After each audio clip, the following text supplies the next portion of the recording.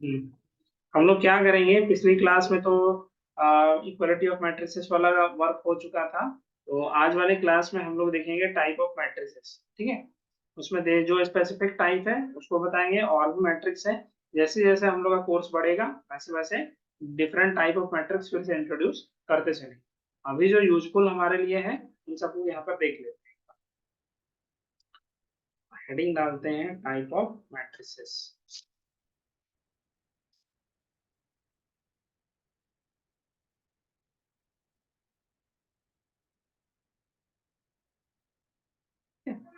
तो सबसे पहला जो मैट्रिक्स होगा जो हम लोग के लिए रहेगा, ये मैट्रिक्स हो जाता है horizontal matrix.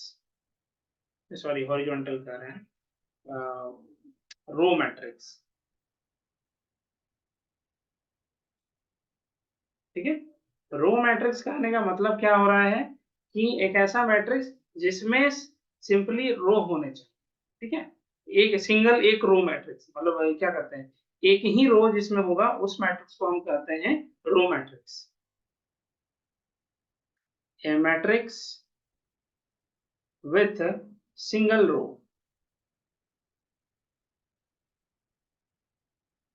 is called row matrix.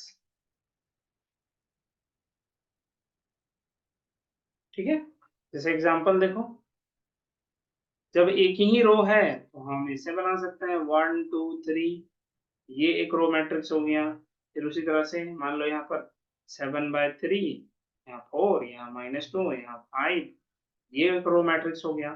तो रो मैट्रिक्स में एक रो रहेगा, जबकि कॉलम्स हमारे पास एक से ज्यादा हो सकते, इससे कोई प्रॉब्लम नहीं। ठीक है, तो ये दोनों मैट्रिक्स जो लिखे हैं इसका ऑर्डर एक बार चेक कर लो। पहले वाला जो मैट्रिक्स है इसका ऑर्डर 1/3 हो जाएगा, और दूसरा वाला जो मैट्रिक्स दिख रहा है इसका ऑर्डर हो जाएगा 1/4। ठीक है, चलो देखो आगे। जो पढ़ा इसके बाद सेकंड वाला, पढ़ाना होता तो सेकंड वाला देखो, इसमें हम लोग करेंगे, अच्छा रो मैट्रिक्स हो गया ना, अब यहाँ से हम लोग करेंगे column matrix.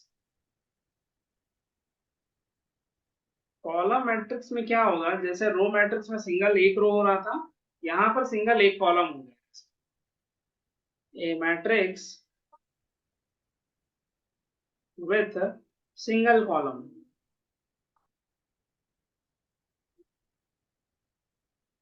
is called column matrix।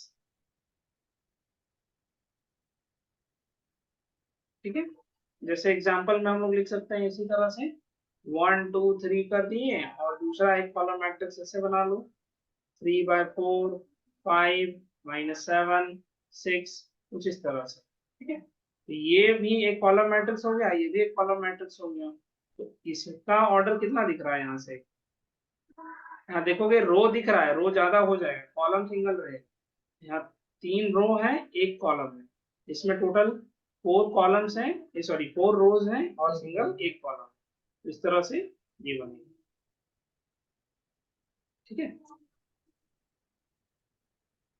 Next अब आगे बढ़ते हैं। थर्ड हो जाएगा, देखो मैट्रिक्स का जो डेफिनेशन होता है ना, उसमें उसको कहा गया है रेक्टेंगुलर एरे। रेक्टेंगुलर एरे कहने का मतलब हो रहा है कि जो एलिमेंट्स है उसको इस तरह से हम सजा के रखे हुए हैं कि पूरा स्ट्रक्चर को अगर दूर से देखा जाए तो एक रेक्टेंगल की तरह दिखे। ठीक है, जैसे इसमें देखना 2 4 5 6 7 8, तो अगर इसके स्ट्रक्चर को थोड़ा ध्यान से देखो दूर से तो ये बिल्कुल एक रेक्टेंगल की तरह तुमको दिख रहा हो। ठीक है, इसीलिए इसका बेसिकली इसको बुक्स में जो डेफिनेशन बनाई गई है उसमें सिंपली लिख दिया है this is a rectangular array of elements, जिसमें रो और कॉलम्स होंगे। ठीक है, तो अब यहाँ पर हम थोड़ा सा टाइप को चेंज करते हैं मैट्रिक्स का। अच्छा तुम लोग एक चीज और बताना कि क्या हम लोग एक स्क्वायर को रेक्टेंगल बोल सकते हैं? Is it a square rectangle? No sir. नहीं, नहीं सर, हो सकता है अगर मैट्रिक्स का बात हो तो हो सकता है। नहीं नहीं, एक रेक्टेंगल जो होता है, जब भी हम रेक्टेंगल की बात करते हैं तो उसमें ध्यान रखो कि साइड्स दोनों एक जो आमने सामने के जो साइड्स होते हैं वो इक्वल होते हैं, और एंगल जो होता है दो साइड्स के बीच का वो 90 डिग्री में बनता है, इस तरह से। Yes sir. ठीक है, इस तरह से बनता है, ये दोनों साइड्स आपस में इक्वल रहेंगे और ये दोनों आपस में इक्वल रहेंगे, और इन दोनों साइड्स के बीच का जो एंगल है 90 रहेगा, यहाँ भी एक 90, यहाँ भी 90, यहाँ भी 90। जबकि स्क्वायर जो जब बनता है तो स्क्वायर में तुम लोग देखोगे कि चारों साइड्स वहां पर इक्वल थे। ठीक है, ये इक्वल नहीं बना, गलत बात है। और ऊपर थोड़ा सा ड्राइंग करते हैं, शेप होगा। देखो देखो, ये जो हम लोग का बन गया, इसमें हम लोग को चारों साइड्स देखो इक्वल हो रहे हैं, और यहाँ पर 90 डिग्री बन रहा है। ठीक है, हर साइड्स में, ये हर दो साइड्स के बीच के एंगल 90 में आ रहे हैं। तो यहाँ देखो आमने सामने का जो साइड्स है वो बिल्कुल इक्वल है, तो एक तरीके से हम इसको कह सकते हैं कि ये एक रेक्टेंगल भी है। एक स्क्वायर रेक्टेंगल हो सकता एकदम हो, लेकिन हर एक रेक्टेंगल स्क्वायर होगा ऐसा कोई जरूरी नहीं। ठीक है, इसी चीज को ध्यान में रखें। अब इसी के बेसिस पे हम मैट्रिक्स का एक टाइप डिस्कस करते हैं जिसका नाम है स्क्वायर मैट्रिक्स, और ज्यादातर उसी पर ही हम लोग का सारा वर्क होता भी है। ठीक है? तो थर्ड हो जाएगा हमारा स्क्वायर मैट्रिक्स। स्क्वायर मैट्रिक्स में क्या होगा कि नंबर ऑफ रो और नंबर ऑफ कॉलम्स जो होंगे वो दोनों सेम होने चाहिए। A matrix with equal number of columns and rows is called square matrix.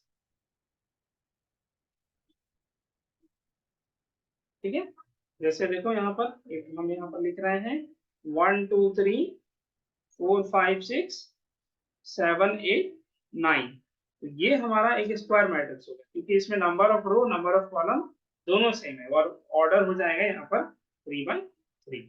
ठीक है, इसको भी स्क्वायर ज्योमेट्रिकली अगर देखा जाए तो दूर से देखोगे तो ये बिल्कुल स्क्वायर की तरह ही एक शेप ले रहा है। ठीक है, इसलिए इसका नाम भी इस तरह से तो कहें तो स्क्वायर मैट्रिक्स में इसीलिए भी कहा है। ठीक है, इसी तरह का एक दूसरा स्क्वायर मैट्रिक्स बना के देख लो, 1 2 5 7, इसका ऑर्डर हो गया 2 by 2।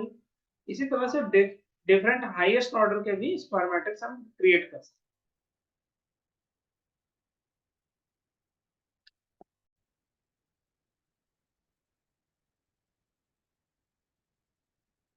नेक्स्ट अब हम लोग देखेंगे, कितना नंबर था, फोर्थ है, फिफ्थ, फोर्थ नंबर है, हाँ diagonal में।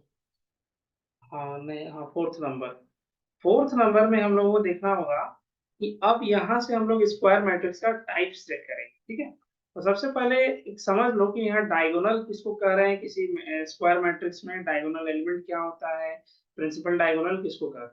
ठीक है, तो देखो एक हम मैट्रिक्स हम इस तरह से 3 by 3 ऑर्डर का लिख रहे हैं, उसी से हम समझा A11, चाहे ABCD कर रहे हैं ज्यादा अच्छा है, तुरंत पता चले। चाहे A11 रहने दो, A12, A13, A21, A22, A23, फिर उसी तरह से A31, A32 और A33। ये हो गया हमारा 3 by 3 ऑर्डर का स्क्वायर मैट्रिक्स। ठीक है, अब इसमें जो डायगोनल एलिमेंट है वो कौन कौन सा होगा,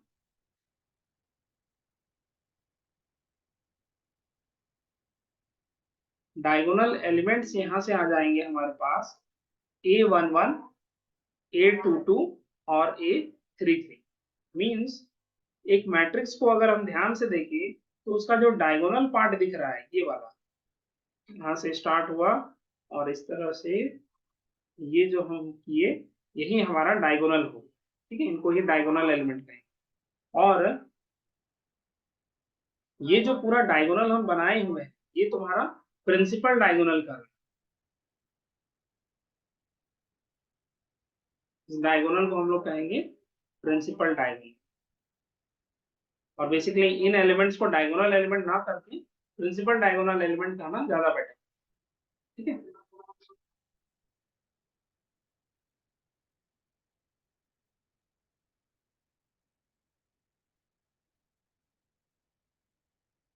इसी तरह से जैसे अगर कोई भी डायगोनल मैट्रिक्स, डायगोनल एलिमेंट का अगर तुम जनरल स्ट्रक्चर देखो तो उसका स्ट्रक्चर तुमको कुछ इस तरह से दिखेगा, ए आई आई, यहाँ देख रहे हो, ए 1 1 हुआ है, ए 2 2 हुआ है, ए 3 3 हुआ है। तो डायगोनल एलिमेंट का जनरल स्ट्रक्चर ए आई आई रहे, जनरल स्ट्रक्चर। ये चीज को याद रखना। स्केलर मैट्रिक्स में क्या था कि ये एक डायगोनल मैट्रिक्स है, तो इस आई सारे प्रिंसिपल डायगोनल एलिमेंट जो हमें बताने वो इक्वल होंगे। कहने का मतलब क्या हो रहा है कि एक तो डायगोनल पहले ही बोल, इसी पे देखना डायगोनल होने का नेक्स्ट हो रहा है कि वो square matrix already square matrix है, उसको वो डायगोनल की प्रॉपर्टी को होल्ड किया डायगोनल मैट्रिक्स होने की। अब इसके बाद हम एक नया प्रॉपर्टी उसमें ऐड, डायगोनल मैट्रिक्स सारे एलिमेंट्स को डायगोनल एलिमेंट्स को हमारे पास एक स्क्वायर मैट्रिक्स ही स्केलर मैट्रिक्स, लेकिन उस स्क्वायर मैट्रिक्स से डायगोनल सबसे पहले मेरे पास निकला करके स्क्वायर बाकी सभी एलिमेंट्स जीरो हो क्या बना दिए, तो उस मैट्रिक्स को हम कहते हैं डायगोनल मैट्रिक्स, ठीक है। ध्यान से ए मैट्रिक्स, ठीक है, ये हो गया स्क्वायर मैट्रिक्स। पहले हम लोग इनविच, फिर उस स्क्वायर मैट्रिक्स से हम चले diagonal matrix, except principal diagonal entry को छोड़ करके बाकी सब जीरो हो जाएगा। डायगोनल एंट्रीज जीरो होना नहीं होना वो डिपेंड करता है, वो हो भी सकता है नहीं हो सकता है। अब डायगोनल मैट्रिक्स बन गया, तो इसमें एक कंडीशन ऐड कर दी कि सारे प्रिंसिपल डायगोनल एलिमेंट्स सेम हो जाए, सेम प्रिंसिपल डायगोनल एलिमेंट, इसको शॉर्ट में लिख लेते हैं square matrix said to be a diagonal matrix in which same PDE जब हो गए तो फिर इसी को हम all the elements scalar matrix का नाम देंगे, एक्सेप्ट अब स्केलर मैट्रिक्स में भी एक छोटा सा टाइप ऐड करना कि अगर सारे एंट्रीज माने कि स्केलर मैट्रिक्स में जो PDE आ रहे हैं यानी प्रिंसिपल डायगोनल एलिमेंट्स अगर वो इक्वल टू 1 हो गए तब वहां से वो identity matrix equals to 0 is called zero, ठीक है, तो उसको जीरो मैट्रिक्स डायगोनल मैट्रिक्स। तो आइडेंटिटी मैट्रिक्स जो होता है वो इस तरह का दिखता है 1 1 1, बाकी सभी जगह पे 0। एग्जांपल देखो, ये हो गया मेरा आइडेंटिटी मैट्रिक्स 3x2 ऑर्डर का डायगोनल बना रहे हैं, 1 0 यहाँ 2 कर दिए, यहाँ 0 कर, तो ये 2x2 ऑर्डर का हमारा डायगोनल मैट्रिक्स हो जाएगा। वही चीज फिर उसी तरह से तुम 3x3 ऑर्डर समझने का कोशिश करो, 1 स्क्वायर का ही एक टाइप निकला डायगोनल माइनस 1, डायगोनल से एक प्रॉपर्टी ऐड किए तो वहां से बना स्केलर।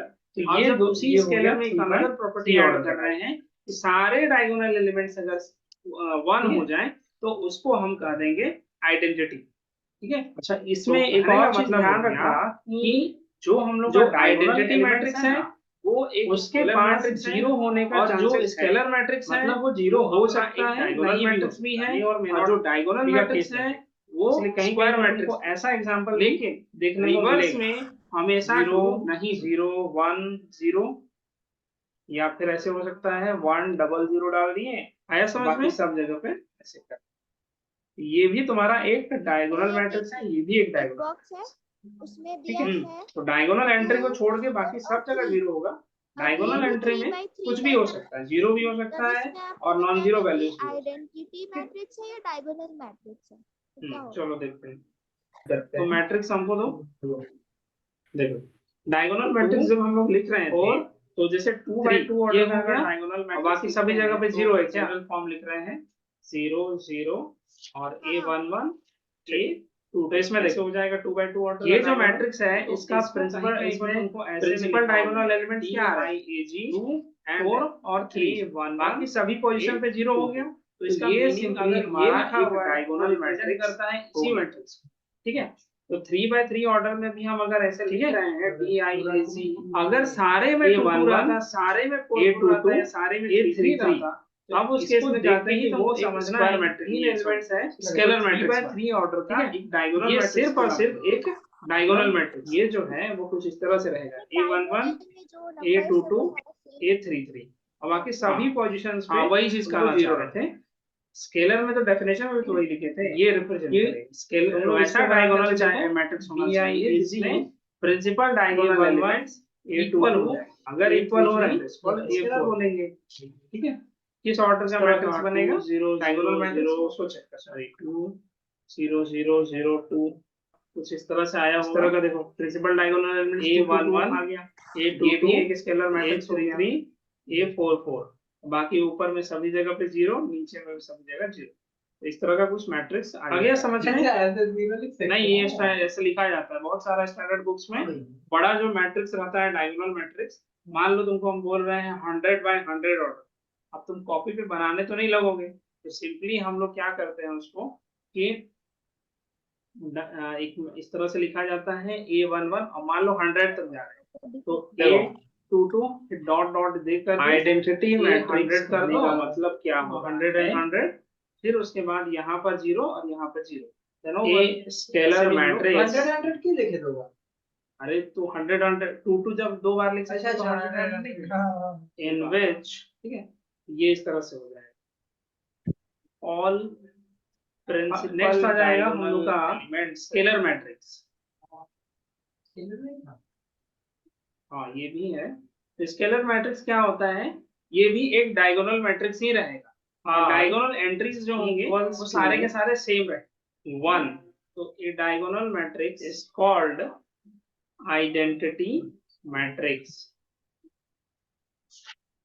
इन विच ठीक है एग्जांपल 1 0 1 all 1 0 0 diagonal 0 1 0 0 0 1 अच्छा भैया देखिए स्केलर मैट्रिक्स में क्या है कि नंबर अलग हो सकते हैं लेकिन आइडेंटिटी में सिर्फ 1 रहता है आइडेंटिटी में सिर्फ 1 रहेगा इज कॉल्ड तो ऐसे बोलिए ना कि सिर्फ 1 रहेगा स्केलर मैट्रिक्स तो वो स्केलर बन जाएगा अगर डायगोनल में 1 के अलावा एग्जांपल देख लो जैसे 2 2 2 डाल दी तो वो स्केलर 1 आइडेंटिटी नहीं तो डायगोनल मैट्रिक्स जैसे स्केलर मैट्रिक्स डायगोनल हो सकता है डायगोनल मैट्रिक्स सारा तो स्केलर नहीं होगा हाँ बिल्कुल सही नल मैट्रिक्स सारे डायगोनल स्केलर नहीं होंगे नल मैट्रिक्स का मतलब वो definitely all the entries are equal ये अभी हम रीजनिंग कराएंगे ठीक है हम सिंपली एग्जांपल लिख दे रहे हैं कोई भी ऐसा मैट्रिक्स जिसमें सारे एंट्रीज जो होंगे आपके 0 हो जाने जब ये डायगोनल मैट्रिक्स है तो ऑब्वियस है ना स्क्वायर हुआ स्क्वायर मैट्रिक्स का ही ये